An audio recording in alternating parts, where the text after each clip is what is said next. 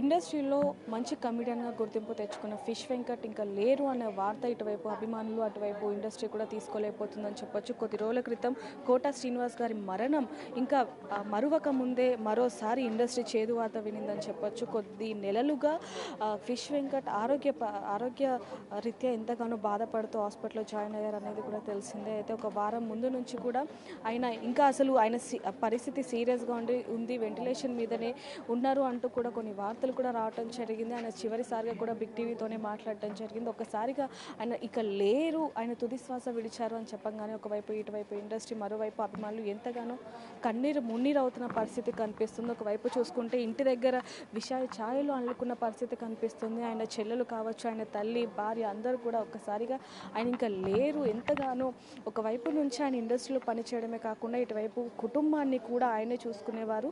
ఆయనకి తల్లి తండ్రి అంటే ఎంతో ఇష్టం. ఆయన సొంత ఇల్లు ఉన్నా కూడా ఆయన అంత్యక్రియలు కూడా ఇక్కడే జరగాలి అంటూ కూడా ఆయన ఒకప్పుడు చెప్పడంతో ఇప్పుడు ఆయన తండ్రి గారి ఇంటి దగ్గర అయితే అంత్యక్రియలు అన్నీ కూడా మొదలు పెడుతున్న పరిస్థితి. ఇక్కడ ఏదైతే మారేడుపల్లిలో ఏదైతే శ్మశాన వాటిక ఉందో అక్కడ ఆయన అంత్యక్రియలు జరుగుతున్నట్టుగా కూడా కుటుంబ సభ్యులు చెప్తున్న పరిస్థితి చూడొచ్చు. ఆయన చెల్లెలు కూడా ఎంతగానో రోధిస్తున్న పరిస్థితి. అంటే ప్రతి సంవత్సరం కూడా మాతో ఎంతో అన్యోన్యంగా ఉంటుంటారు. అంటే ముఖ్యంగా రాఖీ పండగకి ఒక నెలలో రాఖీ పండగ ఉంది, అంతలోపే ఇలాంటి విషాయ ఛాయలు అల్లుకోవటం మేము అసలు జీర్ణించుకోలేకపోతున్నాం.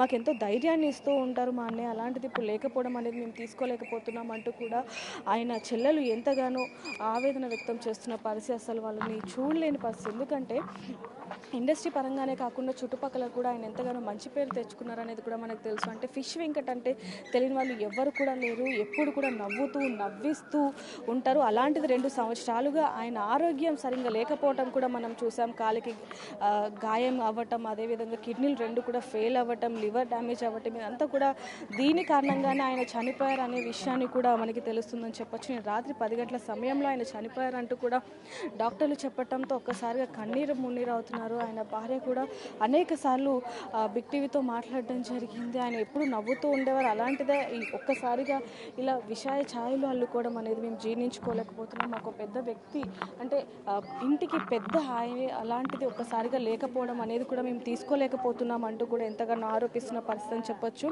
ముఖ్యంగా ఆయన తల్లి అంటే ఆయనకి 2 కుమారులు ఉన్నప్పటికీ కూడా ఫిష్ వెంకట్ గారు అంటే నాకు ఎంతో ఇష్టం. ఎప్పుడు కూడా నాకు ఏదో ఒకటి తినమంటూ ఇంటికి తీసుకురావటం ఇదంతా కూడా చేస్తూ ఉండేవాళ్ళు. చివరిసారిగా నేను కూడా హాస్పిటల్కి వెళ్ళలేని పరిస్థితి.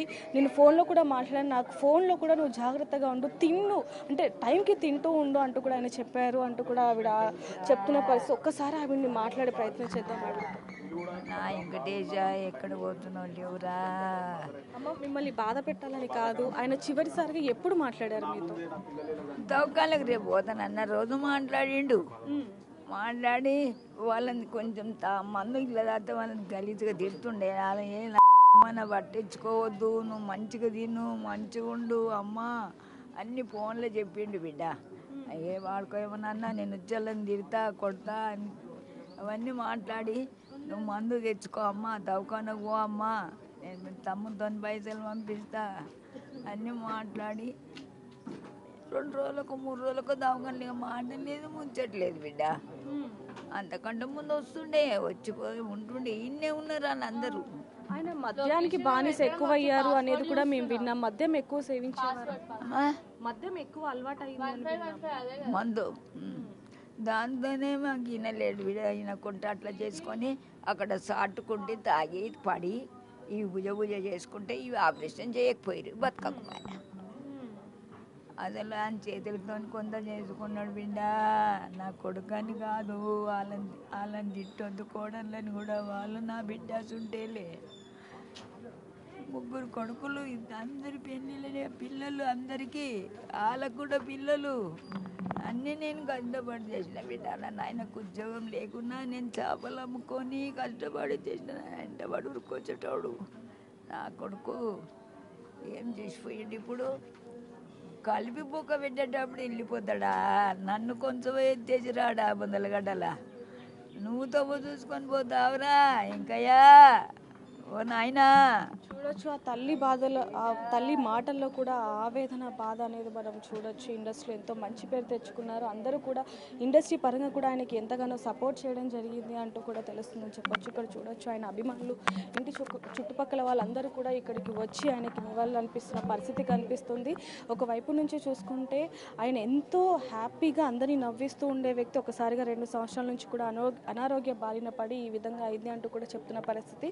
అంటే కిడ్నీ మార్పిడి జరిగితే కనుక ఆయన బతికేవారు, కాకపోతే 50 లక్షలు అవుతుందంటూ కూడా డాక్టర్లు చెప్పడంతో ఏ విధంగా అసలు ఏం చేయాలో తెలియని పరిస్థితులు. అంటే ఇండస్ట్రీలో ఆయన ఎంతో పెద్ద పెద్ద వ్యక్తులతో, పెద్ద పెద్ద హీరోలతో నటించిన వ్యక్తి, మంచి మంచి సినిమాలు చేశారు, అన్ని హిట్ సినిమాలే కాబట్టి ఖచ్చితంగా ఇండస్ట్రీ నుంచి కొంత సాయం అందుతుంది అంటూ కూడా వాళ్ళు ఎక్స్పెక్ట్ చేయడం జరిగింది. కాకపోతే కేవలం ఒక్క హీరో నుంచి మాత్రమే ఆయనకి సపోర్ట్ వచ్చిందంటూ కూడా కొంతమంది చెప్తున్న పరిస్థితి అని చెప్పొచ్చు. ఆయన పెద్ద పెద్ద హీరోలతో చేసినప్పటికీ కూడా ఎందుకని ఆయన దగ్గర నుంచి, వాళ్ళ దగ్గర నుంచి ఎందుకని సపోర్ట్ రాలేదు, ఎవరు కూడా ఎందుకని ఆర్థికంగా సపోర్ట్ చేయలేదు అంటూ కూడా కొన్ని వార్తలు రావడం జరిగింది. వాళ్ళ చెల్లెలు కూడా ఎంతగానో రోధిస్తున్న పరిస్థితి.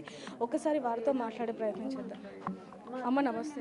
అమ్మ నమస్కారం. ఎప్పుడు తెలిసిందమ్మా ఇది? మాకంటే నిన్న నైట్ తెలిసింది, కానీ ఆయన ఆరోగ్యం అయితే చాలా బాగలేదని మాకు ఫస్ట్ నుంచే తెలిసింది. కిడ్నీలు పాడైనాయని, ఆ కిడ్నీలు వేస్తే బతుకుతాడు కదా అని ఆ ఓపుతోనే మేము ఉన్నాము. ఉప్పలు హాస్పిటల్ ఉన్నప్పుడు మంచిగా ఉండే, అక్కడ నుంచి అక్కడ ఆ పిఆర్కే లేచినాక అసలు ఆయన లేవడం లేదు, ఏం లేదు. ఆయన చూస్తే మాకే భయం భయం అవుతుండే. రోజు ట్రీట్మెంట్ ఇంకా బాగా జరుగుద్ది అని చెప్పి వేరే హాస్పిటల్కి తరలించడం జరిగింది. కానీ ఎందుకని అక్కడికి వెళ్ళాక ట్రీట్మెంట్ సరిగ్గా జరగలేదా, లేకపోతే ఏం? ఆ కాలుకు దెబ్బ తాకి ఇన్ఫెక్షన్ అయిందంట అమ్మ. ఆ ఇన్ఫెక్షన్తో మొత్తం బాడీ మొత్తం ఇన్ఫెక్షన్ అయిందంట. అది ట్రీట్మెంట్ అయ్యాక ఇంకా లోపల చూసి లోపల లివర్ కూడా ఇదైంది అని చెప్పిండ్రు. ఏదో వస్తుండొచ్చులే అన్న ఒక్క ఓపుతోనే మేము ఉన్నాం, కానీ ఇట్లా సడన్గా ఆయన ఇలా అయిపోతాడని మేము అనుకోలేదమ్మా. చాలా మంచి మనిషి. మా ఆయన చనిపోయినా కానీ నేను ఇంత బాధపడలేదు. ఆయననే మాకు అన్న, తల్లి, తండ్రి అనుకున్నాం, కానీ ఇంత బాధ. ఇది వాళ్ళ అమ్మ వాళ్ళే చూడొచ్చు. అందరూ కూడా కన్నీరు మున్నీరవుతున్న పరిస్థితి. ఎందుకంటే ఎప్పుడు మమ్మల్ని బాగా చూసుకునే వాళ్ళు ఇంట్లో ఎవరు లేకపోయినా మాకు తోడుగా ఉండేవాళ్ళు, కానీ ఈరోజు ఆయనకి ఇలాంటి పరిస్థితి రావటం అనేది మాకు బాధాకరంగా ఉంది అంటూ కూడా వాళ్ళు చెప్తున్న పరిస్థితి అని చెప్పొచ్చు. ఒకవైపు గబ్బర్ సింగ్ సినిమాతో ఆయనకి ఎంతో మంచి పేరు వచ్చిందన్న విషయం కూడా మనకి తెలిసింది. ఆ తర్వాత నుంచి కూడా అంటే ఫిష్ వెంకట్గా ఉన్న వ్యక్తి గబ్బర్ సింగ్ ఫిష్ వెంకట్గా మారడం జరిగింది. ఎంతోమంది ఆయన గుర్తించి మంచి విమర్శలు రావటం, అదేవిధంగా అనేక సినిమాల్లో కూడా ఆఫర్ రావటం అనేది కూడా మనం చూసాం. ఒక్కొక్కరుగా అంటే గబ్బర్ సింగ్ బ్యాచ్ నుంచి కావచ్చు, లేకపోతే ఇండస్ట్రీ నుంచి ఒక్కొక్కరుగా అయితే ఇక్కడికి వస్తున్న పరిస్థితి కనిపిస్తుందని చెప్పొచ్చు. ఏదైనప్పటికీ ఒక మంచి కమెడియన్ అయితే ఇండస్ట్రీ కోల్పోయిన పరిస్థితి కనిపిస్తుంది. ఒకవైపు నుంచి అభిమానులు కూడా ఎంతగానో రోధిస్తున్న పరిస్థితి. ఈ చుట్టుపక్కల వాళ్ళు కానివ్వండి, లేకపోతే అందరూ కూడా ఒక్కసారిగా కన్నీరు మున్నీరు అవుతున్న పరిస్థితి అయితే మనకు కనిపిస్తుందని చెప్పొచ్చు. ఏదైనప్పటికీ ఇలాంటి వ్యక్తి అంటే మంచి వ్యక్తి కొన్ని ఏళ్ళగా కూడా ఆరోగ్యం బాగాలేకపోవడం వల్ల ఈ విధంగా అవ్వటం అనేది కూడా మనం చూస్తున్నాం. వార్తలు కూడా అనేక కథనాలు రావటం జరిగింది. ప్రభాస్ దగ్గర నుంచి కూడా ఫోన్లు వచ్చాయంటూ కూడా రావడంతో అదంతా కూడా ఫేక్ కాల్ అని తెలియటంతో ఒక్కసారిగా నిరాశ కనిపించిన పరిస్థితి అని చెప్పొచ్చు. ఎందుకంటే ప్రభాస్ దగ్గర నుంచి కాల్ వచ్చిందంటే ఖచ్చితంగా ఆయన తండ్రి ఆరోగ్యం కుదుట పడుతుందంటూ కూడా ఆయన కూతురు కావచ్చు, లేకపోతే బంధువులు కాబట్టి అందరూ ఒక్కసారిగా ఆనందపడ్డప్పటికీ ఆ కాల్ ఫేక్ అని తెలియటంతో ఎంతగానో ఒక్కసారిగా నిరాశపడ్డ పరిస్థితి కనిపిస్తుంది. ఒక్కసారిగా ఇండస్ట్రీ మొత్తం కూడా బాధలోకి వెళ్ళిపోయిందని చెప్పొచ్చు. అంటే ఇండస్ట్రీ నుంచి కూడా ఎవరు సపోర్ట్ చేయలేదని ఒక వార్త వినిపిస్తుంది. దానికి ఇండస్ట్రీ నుంచి అయితే మాకు ఎలాంటి సపోర్ట్ రాలేదండి. ఇప్పటి వరకు కూడా ఒక కాల్ చేసి కనీసం ఎలా ఉండు అని కూడా కనుక్కోలేదు. దిల్ రాజు ప్రొడ్యూసర్ నుంచి కూడా మాకు కాల్ వచ్చింది. అతను తన అసిస్టెంట్ని పంపించినాడు, శ్రావణ్ తన పేరు. తను వచ్చి అన్నీ మాట్లాడి మాకు ఒక హోప్ ఇచ్చిండు, ఏదున్నా మేము చూసుకుంటాం, మా సార్ చూసుకుంటాడు అని చెప్పేసి. ఇంతవరకు కూడా కాల్ రిసీవ్ చేసుకోవట్లేదు. నేను నిన్న కూడా కాల్ చేశాను, డాడీ ఫొటోస్ పంపిస్తున్నాయి, ఇట్లా ఉన్నాడు చూడండి ఐసీలో అని చెప్పేసి. అయినా కానీ అసలు దానికి రెస్పాన్స్ లేదండి. అంటే అక్క ఆయన ఆరోగ్యం కొంచెంగా ఇదవుతుందని చెప్పొచ్చు. అంటే హాస్పిటల్ మార్పు చేసినప్పటికీ కూడా ఎందుకని ఆయన ఆరోగ్యం కొంచెం క్షీణించింది? అంటే ఆర్బీఎం హాస్పిటల్లో డాడీకి కిడ్నీ ప్రాబ్లం మాత్రమే ఉంది. స్టార్టింగ్ నుంచి 4 years నుంచి కిడ్నీ ప్రాబ్లం ఉంది. ఈ మధ్య మాత్రం ఇప్పుడు లివర్ ప్రాబ్లం వచ్చింది. దానివల్ల అది ఎక్కువ ఇన్ఫెక్షన్ అయ్యి అట్లా అయిపోయింది అనమాట నైట్. అంటే నిన్న డాక్టర్లు చెప్పేయడం జరిగింది, అంటే గత కొన్ని వారంగా నుంచి కూడా ఆయన వెంటిలేషన్ మీదే ఉన్నారు అంటున్నారు. నిన్న ఈవినింగ్ వరకు కూడా బాగానే ఉండండి డాడీ. 8:30 నుంచి కొంచెం సిక్ అయిపోయింది, బీపీ డౌన్ అయిపోయింది. కరెక్ట్ ఎగ్జాక్ట్ 9:25కి డాడీ చనిపోయిందండి. చివరిసరికి ఏం మాట్లాడారు? ఏం మాట్లాడలేదు అసలు ఆయన. అసలు తనకి ఏం తెలియదు, కళ్ళు తెరియట్లేదు, అసలు మాట్లాడట్లేదు ఏమీ. ముందు నుంచి కూడా గబ్బర్ సింగ్ టీం అనేది తోడుందని చెప్పొచ్చు. అవునండి, వాళ్ళు ఒక్కలే ఉన్నారు మాతోటి, ప్రతిదానికి ఉన్నారు మాతో. సో చూడొచ్చు, ఏదైనప్పటికీ ఇండస్ట్రీ నుంచి మాత్రం సరైన ఆదరణ రాలేదు అంటూ కూడా ఆయన కూతురు చెప్తున్న పరిస్థితి అని చెప్పొచ్చు. ఏదైనప్పటికీ కేవలం ముందు నుంచి కూడా గబ్బర్ సింగ్ టీం అనేది ఆయనకి తోడుగా ఉంది అంటూ కూడా ఒకవైపు నుంచి అందరూ కూడా అంటున్న పరిస్థితి. ఏదైనప్పటికీ ఆయన ఆత్మకి శాంతి చేకూరాలని మనం కూడా కోరుకుందాం. మరిన్ని వార్తల కోసం చూస్తున్నానండి బిగ్ టీవీ.